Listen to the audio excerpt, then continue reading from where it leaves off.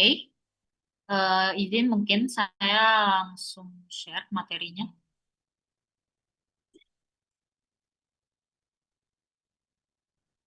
Oh ya, gini, saya sambil share materi. Kalau misalnya ada notif di laptop saya,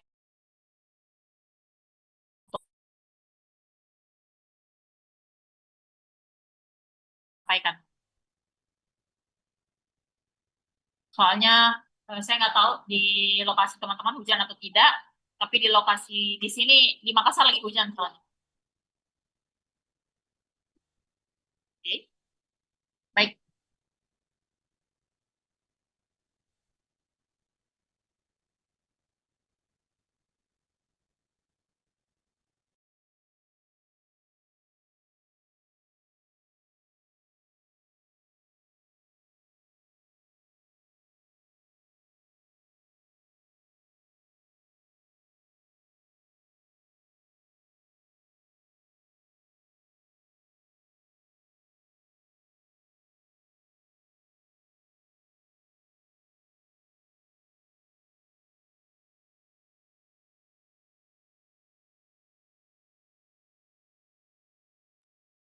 Oke, kita masuk ke dalam HBM ya.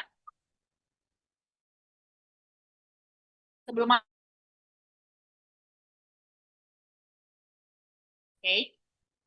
sehat ini merupakan oh, sehat ini merupakan kondisi prima pada seseorang secara fisik, mental, spiritual, sosial, dan produktif. Oke. Kalau tidak ada salah satunya, anggaplah orang ini tidak produktif, berarti orang ini tidak sehat. Oke. Sama, kalau misalnya orang ini tidak sehat secara mental, sedang stres, nah itu tentu saja tidak bisa dikatakan sehat juga. Oke. Berbeda dengan sakit. Kalau sakit ini merupakan rasa nyeri yang dirasakan, ya. Oke. Sakit itu rasa nyeri yang dirasakan, dan penyakit adalah rasa sakit yang bisa diukur. Nah, itu. Oke, itu ya. Nah, untuk faktor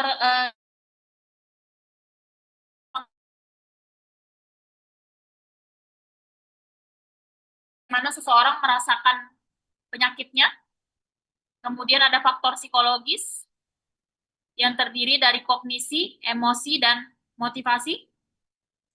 Kemudian ada faktor sosial yang merupakan bagian dari kondisi lingkungan sekitar. Nah, kita masuk ke dalam health belief model. Health belief model ini pertama kali ditemukan oleh Rosenstock.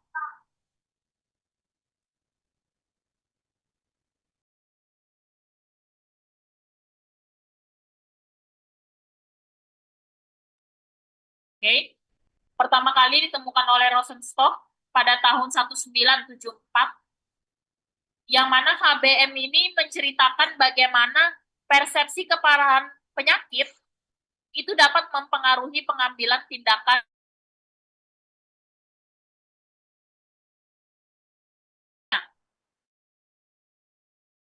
kena COVID-19. Okay? Orang yang pernah kena COVID, tentu saja dia akan ketat terhadap protokol kesehatan. Keluar rumah dia akan pakai masker, kemudian pegang uang, habis pegang uang dia akan cuci tangan. Ya, itu ya. Itu muncul karena dia pernah merasakan rasa sakit pada saat kena COVID. Oke? Okay? Ditambah lagi ada isyarat untuk bertindak. Jadi ada saran dari keluarganya, ada nasihat dari keluarganya atau dari tenaga profesional. Nah, kemudian ditambah lagi, ya kan, variabel kependudukan atau variabel perilaku sosial. Nah, misalnya orang ini tinggal di daerah yang padat penduduk, itu semua akan mempengaruhi responnya, ya, terhadap ancaman atau penyakit. Setelah itu, setelah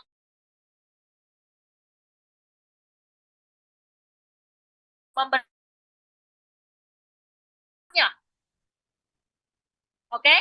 Dia sudah merasakan manfaatnya, kemudian setelah dia merasakan manfaatnya, dia akan melakukan tindakan-tindakan preventif lainnya. Gitu ya. Ini contoh kasus orang yang pernah kena COVID. Ya kan? Singkatnya adalah orang ini kapok, ya kan? Orang ini takut kena COVID ulang. Nah, takut kena COVID ulang, jadi dia ketat terhadap protokol kesehatan, kemudian dipengaruhi oleh beberapa hal, ya kan, beberapa aspek. Nah, kemudian dia sudah rasakan manfaatnya, lalu ada pengambilan tindakan preventif lebih lanjut. Oke, itu ya. Itu health belief model.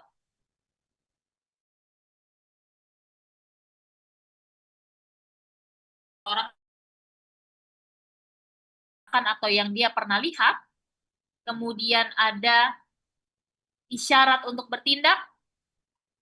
Oke, ini merupakan saran dari profesional ataupun dari orang sekitarnya. Lalu ada variabel atau faktor modifikasi. Oke, kemudian ada respon terhadap penyakit. Ini merupakan tindakan yang diambil seseorang. Lalu ada persepsi manfaatnya. Ya kan, ini merupakan manfaat yang dirasakan setelah melakukan tindakannya atau setelah merespon. Kemudian berikutnya pengambilan tindakan secara berkelanjutan. Nah, oke, sampai sini apakah ada yang ingin ditanyakan untuk HBM? Gampang Ji HBM toh? Ada yang ingin tanyakan? Sebelum saya lanjut ke stres?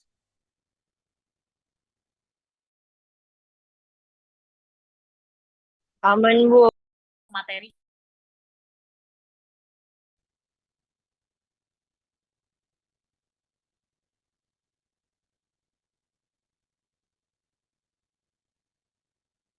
Oke. Sudah terlihat yang saya share? Sudah, Ibu. Terlihat, Bu. Sudah, Ibu. Ya. Oke. Nah, ini stres materinya menarik sebenarnya. Karena terjadi di kehidupan sehari-harinya, teman-teman. Ya. Pertama kita pahami dulu apa itu stres. Oke. Stres ini merupakan reaksi seseorang, baik secara fisik maupun emosional. Oke. Apabila ada perubahan dari lingkungan yang mengharuskan orang itu menyesuaikan diri. So, jangan berpikir atau jangan hanya memandang stres itu sebagai sesuatu yang negatif. Enggak. Stres itu adalah bagian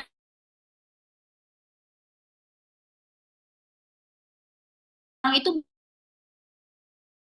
chapter berikutnya, ya kan, ke bab berikutnya, kalau misalnya dia tidak memiliki tekanan, ya kan, kalau dia tidak memiliki stres. Contohnya, teman-teman nggak akan kuliah kalau misalnya teman-teman tidak memiliki tekanan dari orang tua atau dari keluarganya, ya kan, atau dari orang-orang sekitarnya. Nah, teman-teman pasti nggak akan lanjut kuliah, ya kan? Tapi karena ada tekanan dari orang tuanya, ini maksud saya tekanan itu lebih ke arah stresor ya, kan? Ada mungkin permintaan dari orang tua atau bahkan teman-teman melihat, ih teman-teman sekitarku, ih tahu lolos di universitas ini, ih kayaknya enak kalau kuliah di, nah itu kan merupakan bagian dari stres, ya kan? Itu merupakan bagian dari stres. Nah itu penting.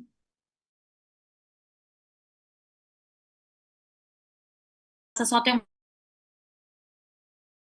jadi kalau stresnya itu sudah berat, kemudian berlangsung lama, itu dapat merusak tubuh. Ya, kita lihat. Oke. Pertama ada fight or flight response. Oke. Nah, fight or flight response ini merupakan respons stres akut yang mengacu pada reaksi fisiologis. Ya. yang terjadi ketika dihadapkan pada sesuatu yang menakutkan secara fisik atau mental. Contohnya, anggaplah orang kalau lagi dikejar ayam atau lagi dikejar anjing, ya kan? Atau lagi dikejar hewan lah. Itu pasti dia akan merasa takut, oke? Akan mengalami stres. Nah, itu.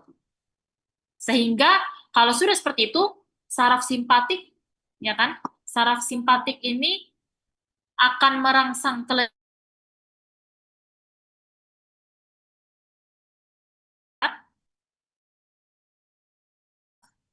kalau kelenjar ini sudah dirangsang, maka yang muncul adalah hormon.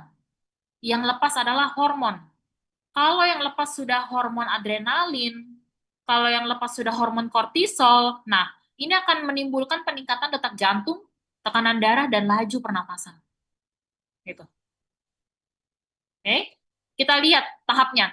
Yang pertama ada tahap alarm. Selama tahap ini, sistem saraf pusat itu sedang ditingkatkan.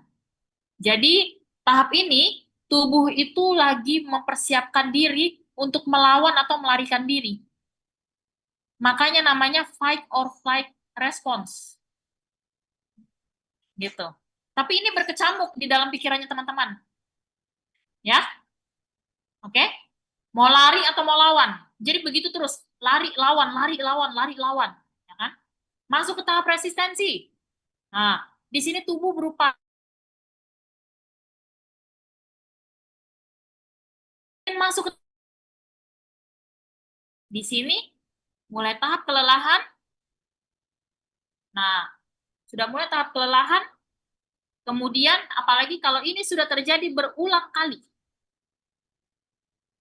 Makanya jangan heran kalau orang habis berkelahi sama pacarnya atau berkelahi sama temannya atau berkelahi sama orang tuanya, itu pasti akan capek. Walaupun berkelahinya bukan berkelahi adu tinju. Oke? Padahal cuma berkelahi adu mulut. Itu makan kalori berapa? Saya tanya sekarang. Nggak sampai berkeringat kok. Tapi orang kalau habis mengalami konflik itu pasti capek. Nah, inilah yang terjadi. That's why kenapa orang itu kalau habis stres, ya kan, habis ujian, ya padahal ujian cuma duduk, kemudian mengalami stres, nah setelah itu,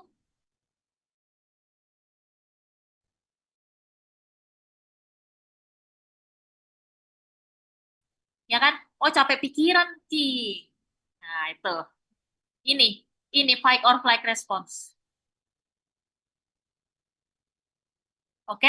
Karena memang teman-teman nggak ngapa-ngapain, tapi ada pergolakan hormon di dalam. Ya, hormonnya ini naik semua, gitu. Hormon kortisol naik, adrenalin naik. Nah, itu yang akan membuat teman-teman cepat lelah pada saat mengalami stres kronis. Oke. Nah, kita masuk ke dalam life events theory. Life events theory ini merupakan pengalaman penting yang dapat menyebabkan peningkatan stres. Oke. Saya kasih contoh langsung. Ibu-ibu yang terkena baby blue syndrome. Ya,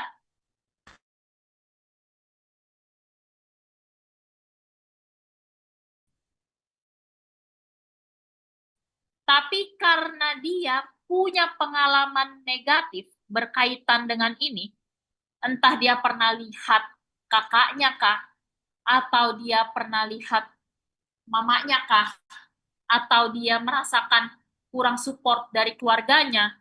Nah, ini malah akan menjadi pengalaman yang negatif.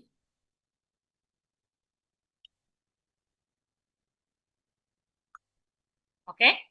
Padahal harusnya pengalamannya positif.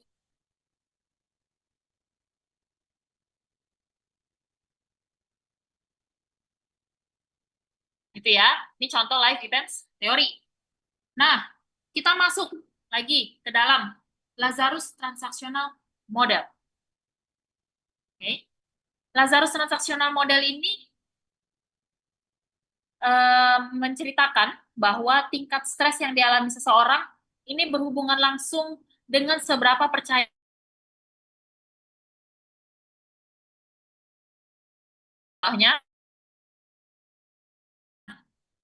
pagi-pagi minum kopi, lalu kopinya tumpah.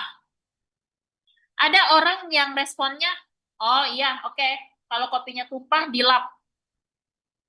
Ya, dilap, dibersihkan. Udah, selesai masalah. Tapi ada orang yang responnya, dede tumpah lagi kopiku. Ya kan? Dede malasku. Ya kan? Jengkelku, kenapa kan ini tumpah kopiku? Gitu ya. Terus, udah begitu sampai kampus, dia marah-marah lagi. Dia bilang, dede dari pagi ini, nak. Banyak sekali masalahku. Tumpah mie kopiku, telat gojekku datang. Nah, oke? Itu ya. Nah, orang yang ini itu akan kesal. Kemudian dia membiarkan hal itu merusak harinya. Sehingga yang ingin diceritakan oleh Lazarus dan Folkman, ya kan?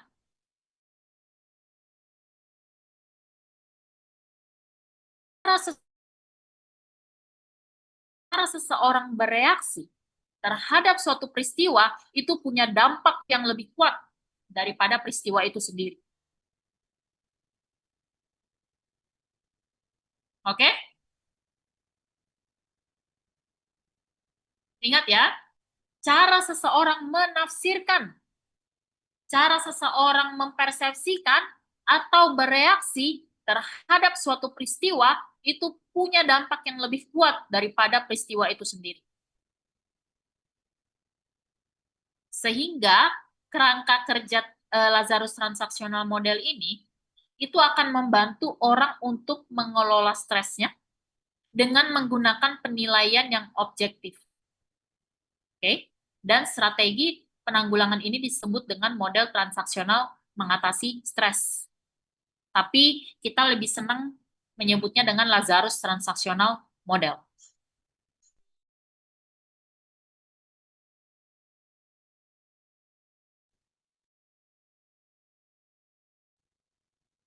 Ya kan? Contoh dua, begini. Misalnya, ya kan? Misalnya, teman-teman, ya kan? Lagi di kelas. Terus ada temannya datang ke sampingnya. Temannya ini cuman random bertanya, sudah cukup mandi? Ya, gitu ya. Ya kan? Teman-temannya cuman, temannya ini satu cuman random bertanya, sudah cukup mandi, Ces? Nah, ada kan orang yang responnya, ih, kenapa kau bilang kak begitu? Ya kan? Kenapa kau bilangnya kak belum mandi? Bau kakak? Ih, kurang ajarmu dan seterusnya. Oke? Tapi ada orang yang merespon, dede, sudah jam mandi, kasihan. Bau kakak? Tidak, jika kapan? Beda kan? Coba dibayangin dulu.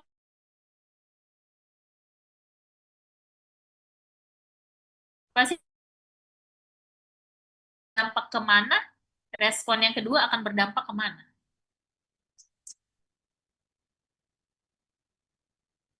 Gitu. Oke? Paham ya? Respon yang pertama, ya kan? Masa aku bilang karena mandi? Sudah jam mandi, nah. Kenapa kok cari masalah sekali kok? Padahal baru pagi ini. Dan seterusnya. Itu respon pertama, ya kan? Ujung-ujungnya dampaknya pasti berkelahi lah itu dah. Tapi ada yang bilang, dede sudah jam mandi, kasihan. Nah, wangi ja. Cium kayak. Ya kan? Selesai. Masalahnya selesai sampai situ. Oke? Itu ya. Jadi, bagaimana cara kita menafsirkan, menginterpretasikan atau bereaksi itu punya dampak yang lebih kuat daripada peristiwa itu sendiri. Nah, ini ya.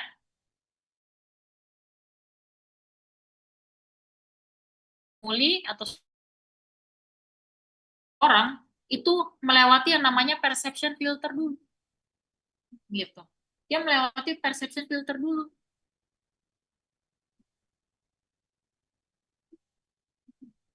dia melewati perception filter,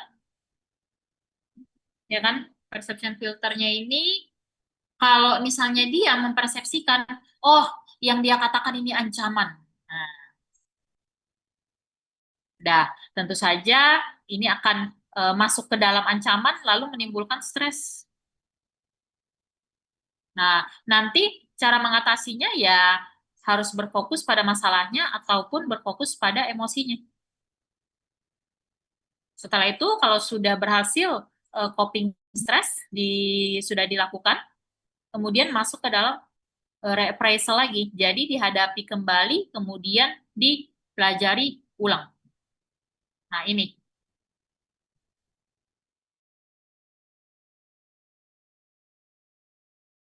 Lah,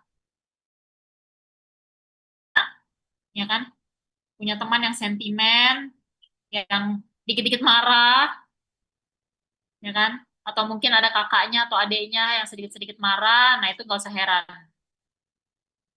Harusnya langsung ngeh, oh iya, ini bagian dari Lazarus Transactional Model. Pernah ini dijelaskan, ya kan? Bagaimana persepsi seseorang, bagaimana cara seseorang bereaksi, itu mempengaruhi kondisi stres dibandingkan peristiwa itu sendiri.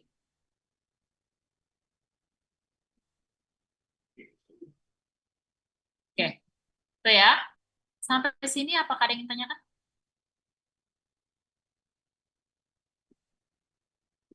Sampai sini apakah ada yang ingin ditanyakan? Tidak ada? Izin Ibu bertanya. Ya. Apa? Baik, izin bertanya Ibu. Iya, silakan. Ya, baik, terima kasih atas kesempatannya. Perkenalkan, nama saya Najwa Ibu Ya. dari kelas 4. Begini Bu, terkait Ya. konteks dalam psikologi kesehatan Ibu, bagaimana kita dapat menjelaskan terkait fenomena seseorang yang mengalami stres, kemudian dia menarik diri dari lingkungan sosialnya Ibu, dan lebih memilih untuk mengakses sosmed seperti TikTok atau Instagram untuk mencari informasi tentang kesehatan mental Ibu. Hingga akhirnya ia melakukan yang namanya self-diagnosis Ibu. Di mana perilaku ini apakah termasuk bentuk coping stres yang maladaptif Ibu, atau uh, apa saja faktor psikologisnya yang mempengaruhi seseorang dapat yakin Ibu terhadap self diagnosisnya yang dari TikTok atau Instagram yang dia lihat tersebut Ibu. Terima kasih Bu. Oke, kalau ngomongin self diagnosis, ya kan? Self diagnosis itu kan sebenarnya gini deh. Yang pertama yang perlu di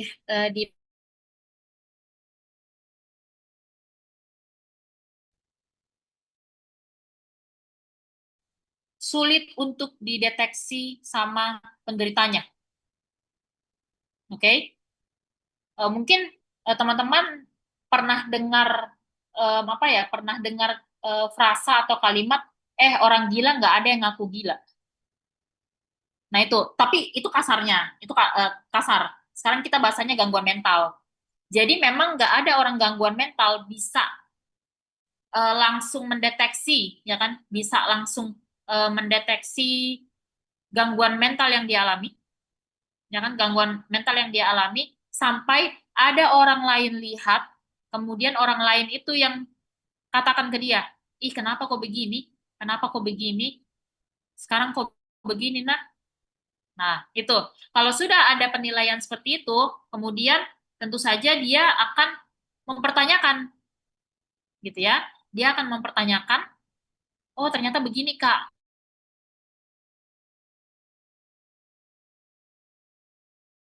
Ya kan? Sebenarnya gini, kalau self diagnosis itu dia gunakan, ya kan? Dia gunakan untuk sebagai landasan atau sebagai apa ya? Iya, sebagai landasannya dia untuk berobat, ya kan? Atau untuk mengakses ke pelayanan kesehatan atau ke psikiater ataupun ke psikolog. Nah, itu nggak apa-apa, oke? Itu nggak apa-apa ya. Atau mungkin em, itu yang apa ya? Yang self diagnosisnya itu dia gunakan untuk sebagai landasan dia untuk hidup lebih sehat, ya kan? Sebagai landasan dia untuk meyakinkan, enggak, kau ini gangguan mental memang, ya kan? Kau ini gangguan mental. Jadi cara cara salah satu cara adalah kau punya pola hidup itu harus bagus. Nah, kalau untuk landasan seperti itu nggak apa-apa, oke? Tapi kalau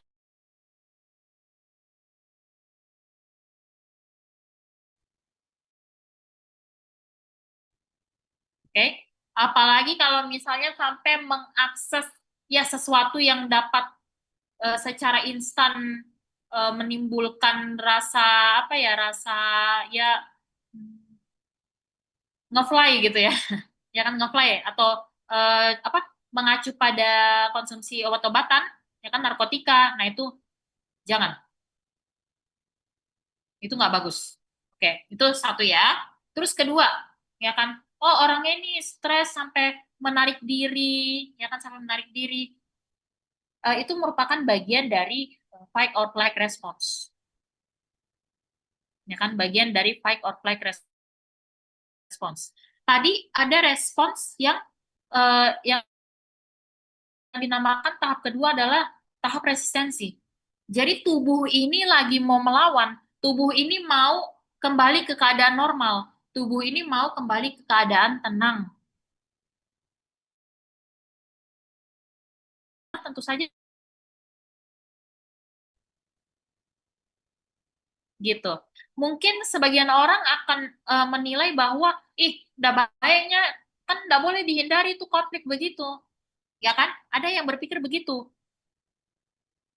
Tapi untuk orang yang mengalami, tentu saja dia akan merasa lebih aman kalau misalnya dia hindari konfliknya. Kalau perlu dia hindari orangnya. Nah, itu. Ya kan? Daripada dia stres, dia gila sendiri. Gitu kan kalau sekarang ya. Kebanyakan orang mikirnya ya. Jadi sebenarnya yang ada dalam tahapannya dia itu adalah tahap resistensi.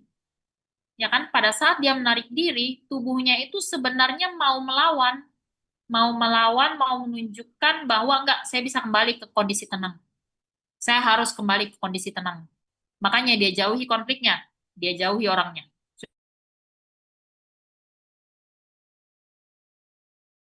Menerus gitu. Dan justru kalau misalnya teman-teman ini ya, kalau teman-teman mungkin ada yang mengalami hal tersebut kemudian berobat, ya kan?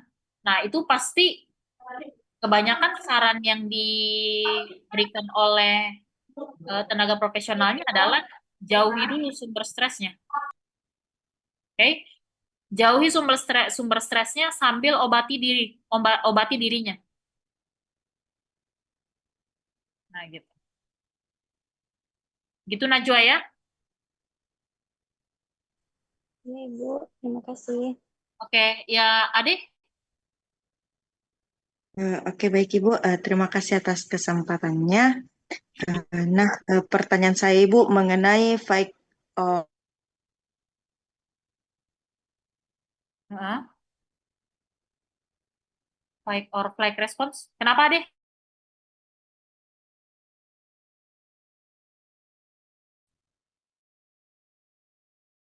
Suaranya Ade?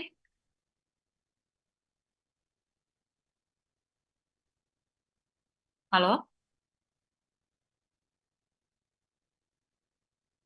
nah, Bagaimana Ade? atau Ulang-ulang. dampaknya pada yang eh, pada Sorry Ade, ulang.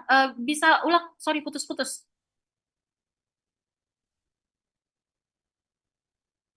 Halo?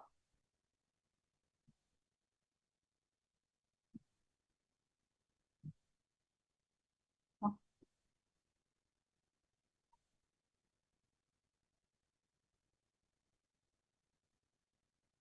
oh, keluar ya.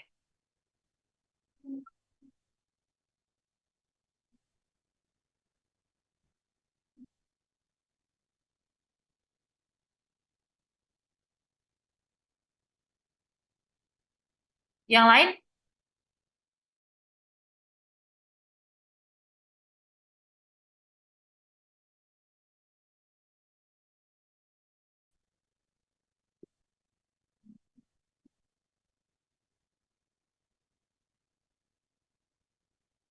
Contoh simpelnya lagi, pada saat teman-teman ujian, ya kan? Pada saat teman-teman ujian, tentu saja stres, ya kan? Nah, stres. Namun, ada yang merespon itu sebagai sesuatu yang biasa sih kalau ujian. Ya kan, enggak, Ji, memang harus dijalani ini. Gitu ya. Tapi ada juga orang yang persepsinya, aduh stres ujian, astaga nanti bagaimana kalau nilaiku jelek, ya ampun bagaimana nanti kalau udah lulus Kak Kodong. Ya kan? Nah, itu merupakan salah satu bentuk apa? Lazarus transaksional model. Gitu. Tuh, satu. Terus kedua, pada saat di ruang ujian, wow, stres. Ya kan? Stres, stres.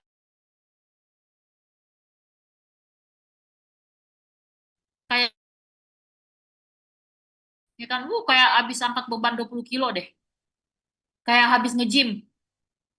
Nah, itu merupakan salah satu bentuk yang dinamakan fight or flight response. Gitu ya. Masuk nih adek kah? Ya, Ibu, maaf sebelumnya tadi.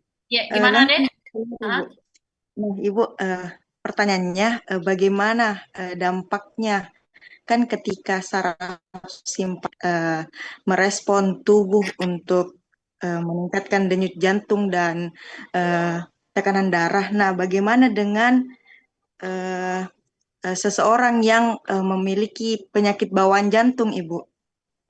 Terima kasih, Ibu. Oke. Tunggu.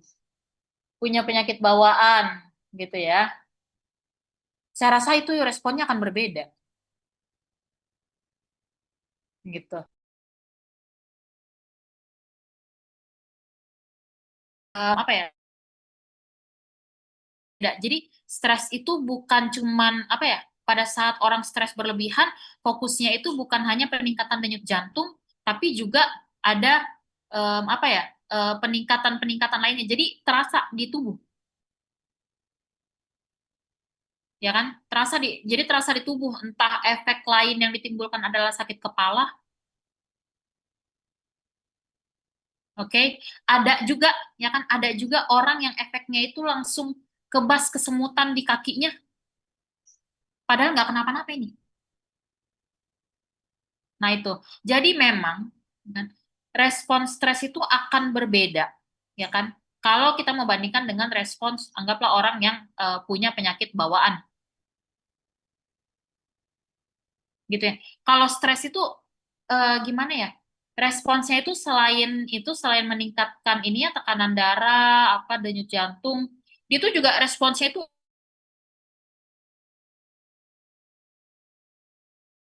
contoh ya kan orang kena gangguan kecemasan. Nah, itu kan sebenarnya gangguan kecemasan ini kan orang yang kena gangguan kecemasan ancamannya itu tidak ada di depan matanya. Begitu. Ancamannya itu tidak ada di depan matanya, tapi pikirannya ini kan anggaplah pikirannya ini berhasil memanipulasi dia. Ya kan? Pikirannya ini berhasil meyakinkan enggak ada ancaman di depanmu gitu. Enggak, ini ancaman di depanmu ada. Nah, seperti itu. Sehingga yang tadinya sebenarnya gini, orang kalau misalnya stres kronis, sebenarnya yang tadinya itu tubuhnya sehat bisa makin sakit. Ya, kalau misalnya orang ya anggaplah dengan gangguan ini ya, mungkin dengan gangguan jantung seperti itu ya pasti mungkin dia ada proses ini ya, proses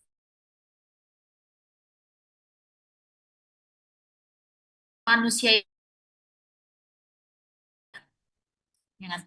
Jadi tubuh manusia itu apa ya? Ada proses menyembuhkan sendirinya, ada proses menyembuhkan dengan sendirinya. Ya kan? Nah itulah hebatnya sebenarnya tubuh manusia. Ya kan? Ada proses untuk menyembuhkan dirinya sendiri. That's why ya kan nggak usah heran kalau misalnya ada orang yang sebenarnya sakit tapi pola hidupnya bagus, ya kan? Dia memilih untuk tidak ada dalam kondisi stres berkepanjangan, itu akan fine-fine saja. Ya kan? Teman-teman akan banyak melihat itu di survival atau apa ya, orang-orang yang bertahan dari penyakit-penyakit seperti kanker. Oke, pertanyaannya gini, kenapa di Indonesia itu banyak banget orang yang tidak bisa bertahan dari penyakit kanker, kan? Tapi di luar negeri bisa.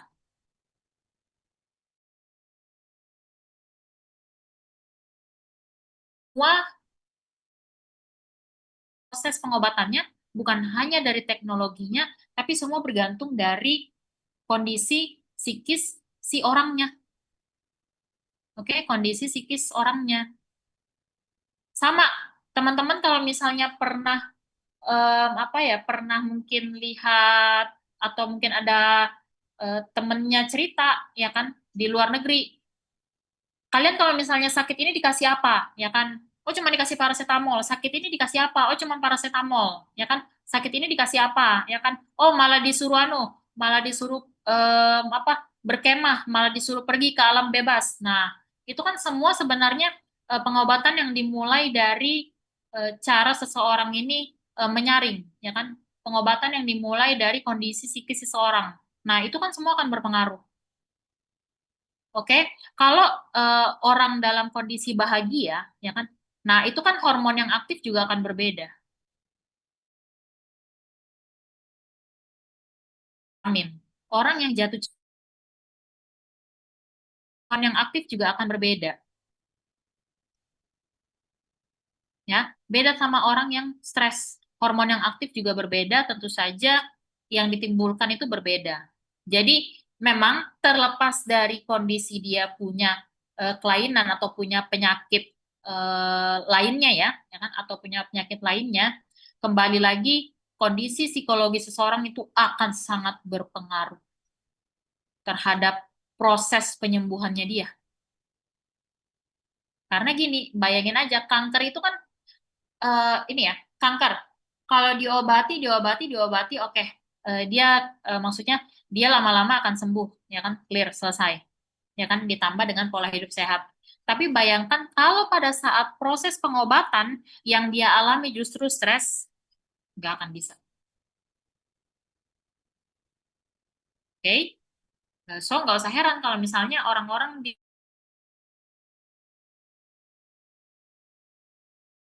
karena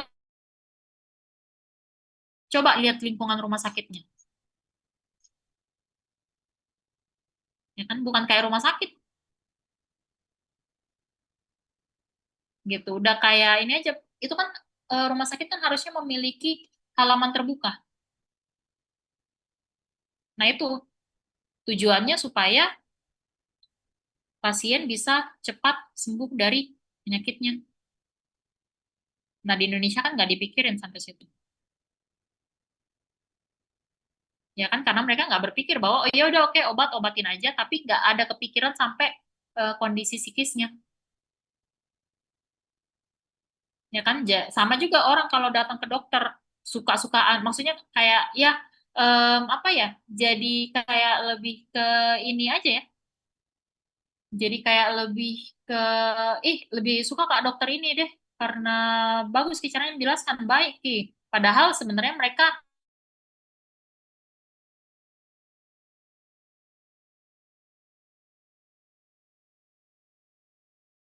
ya kan ada menyampaikannya dengan penuh rasa takut, ada yang menyampaikannya dengan meyakinkan bahwa no, enggak, everything is okay, enggak apa-apa.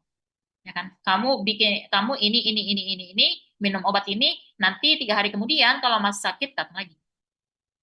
Ya kan? Beda kalau yang datang, ih ibu, masa begini tekanan darah tak?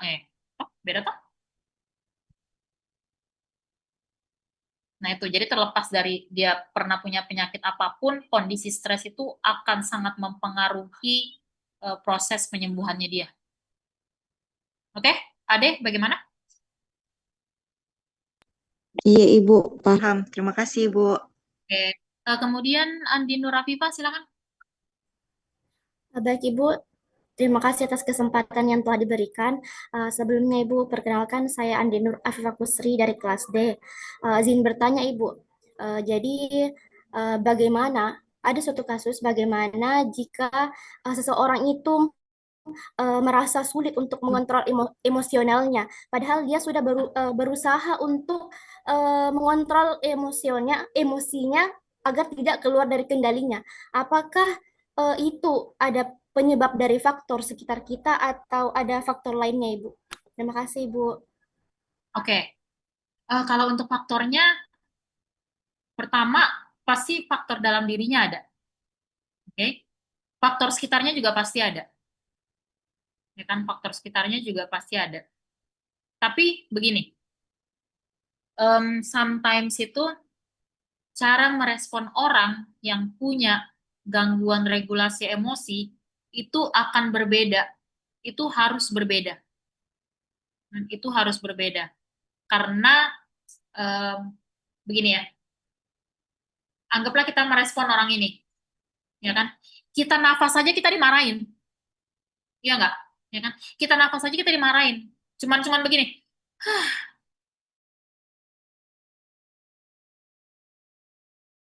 pasti dia akan, ih kenapa kok saya tidak menghela nafas? Perasaan tidak diapa-apai kok, dan tidak berat di hari-harimu, biasa mau kok saja. Padahal kita biasa aja, ya kan? Padahal kita cuman begitu, ya kan? Cuman hanya melampiaskannya dengan cara menghela nafas. Nah itu berurusan sama orang yang regulasi emosinya jelek. Jadi pertama ada faktor dalam dirinya sendiri, ya kan? Ada faktor psikologisnya dia, yang dia bawaannya marah aja terus. Itu pertama. Kedua, dia itu bawaannya selalu merasa apa ya? Selalu merasa dipersalahkan dalam suatu keadaan, ya kan? That's why orang yang regulasi emosinya nggak bagus itu akan selalu muncul statement, ih kenapa selalu saya yang dikasih begini kakak dong, ya nggak? Iya banyak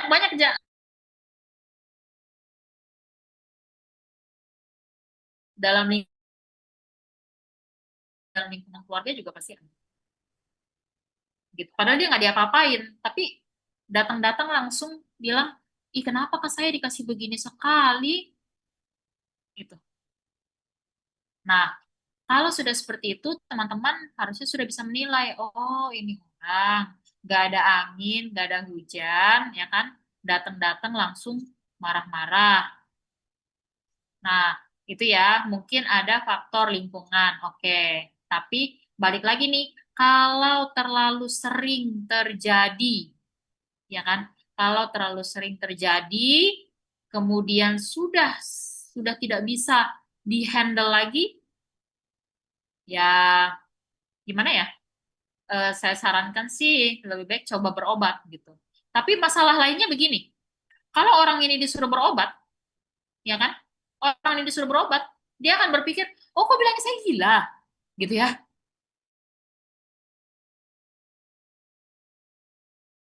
Cuman ini coba untuk pendekatan baik-baik, ya kan? Nah, coba untuk pendekatan baik-baik. Kalau sudah tidak bisa pendekatan secara baik-baik, apalagi kalau misalnya teman-teman sudah menjadi korbannya, ya, saya bilang sudah menjadi korbannya, korban emosinya, maksudnya dimarah-marahin lah, sampai dikata-katain lah, daripada semakin banyak orang yang sakit, lebih baik stop. Seperti itu. Lebih baik stop. Karena gini, memang ada tipe orang yang dikasih tahu kebaikannya nih, ya kan? Berobat Miki, ya kan? Maksudnya ini Miki, pergi Miki periksa, karena kalau sudah gangguan begini kan itu kan pasti akan ngaruh ya, dan pasti akan ngaruh ke kesehariannya dia, dan pasti akan timbul penyakit-penyakit lain. Tapi mungkin dia merasa bahwa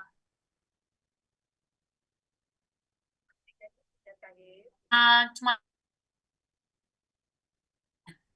ya kan, jadi dikasih masukan dia nggak mau terima, ya kan.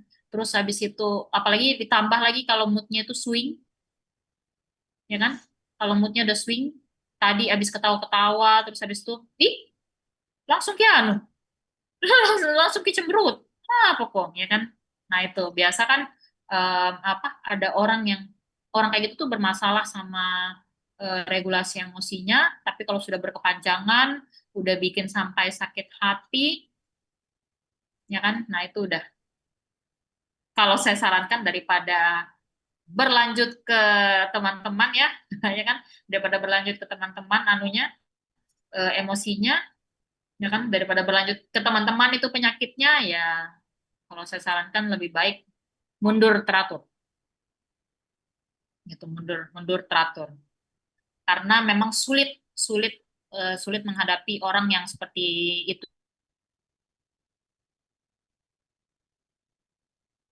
Hanya berjam-jam. Ini drama pasiennya berjam-jam. Kenapa? Karena begini, pada saat seseorang itu melampiaskan amarahnya ke kita, itu mereka itu ibarat buang sampah, ya kan? Mereka ibarat buang sampahnya ke kita. Jadi yang kotor siapa? Kita. Udah. Jelas nih, ya kan? Yang kotor kita, berarti nanti yang capek bersihin lagi ya kita lah. Nah, seperti itu. Itu yang terjadi pada saat menghadapi orang yang regulasi emosinya nggak bagus, ya kan? Apalagi dia udah mood swing, wah naik tingkat lagi nanti dia udah ke perilaku ya, udah kelainan kepribadian atau biasa yang sekarang orang tuh lebih banyak bilangnya narcissistic personality disorder atau NPD. Nah, itu kan semua berawal dari bagaimana dia meregulasi emosinya dengan sangat-sangatlah tidak baik. Yang seharusnya peristiwa seperti ini, ya kan, peristiwa seperti ini harusnya dia tidak respon secara berlebihan, tapi dia respon secara dia. Ada yang bilang manipulatif lah, apa segala macam, nah itu awalnya dari situ. Jadi saran saya, ya kan, kalau memang sudah tidak bisa kalian kontrol, ya kan, sudah tidak bisa dikasih tahu, mundur teratur. Terserah nanti dia mau bilang, ih kenapa kok menjauh begini. Iya dari kita aja sembarang, ya kan? Iya dari kita aja, iya saya ke sembarang ji. Mundur teratur saja. Oke itu saja. Bagaimana? Ini bentar lagi saya buka sesi konseling ini ya. Oh, iya, Bu. Iya, Terima oke, kasih, thank Bu, you. atas penjelasannya, Ibu. Oke, yang lain? Apakah ada yang ingin tanyakan? Ada? Sudah tidak ada?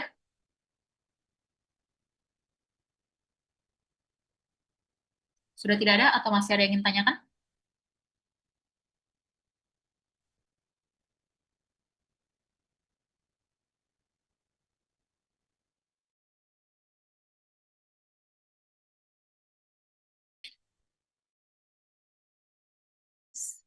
Langsung, Ibu, ya kan? Baru tadi dibahas soal stres.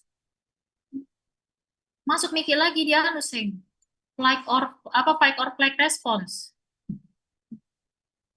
Oke? Gitu ya. Kalau sudah tidak ada yang ingin tanyakan, semoga sudah dipahami materinya dengan baik.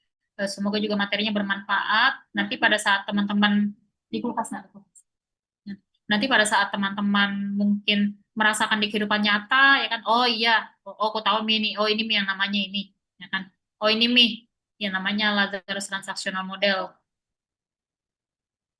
Oke, baik. Kalau begitu, terima kasih teman-teman sudah bergabung di kelas Zoom pada siang hari ini. Semoga materinya bermanfaat dan bisa diingat dengan baik. Saya izin tutup perkuliahan kita pada siang hari ini. Sampai bertemu di sesi selanjutnya. Wassalamualaikum warahmatullahi wabarakatuh. Selamat siang dan Waalaikumsalam warahmatullahi wabarakatuh. Terima kasih, Bu. Waalaikumsalam warahmatullahi wabarakatuh. Ibu. Waalaikumsalam warahmatullahi wabarakatuh. Terima kasih, Bu. Terima kasih semua. Izin and meeting.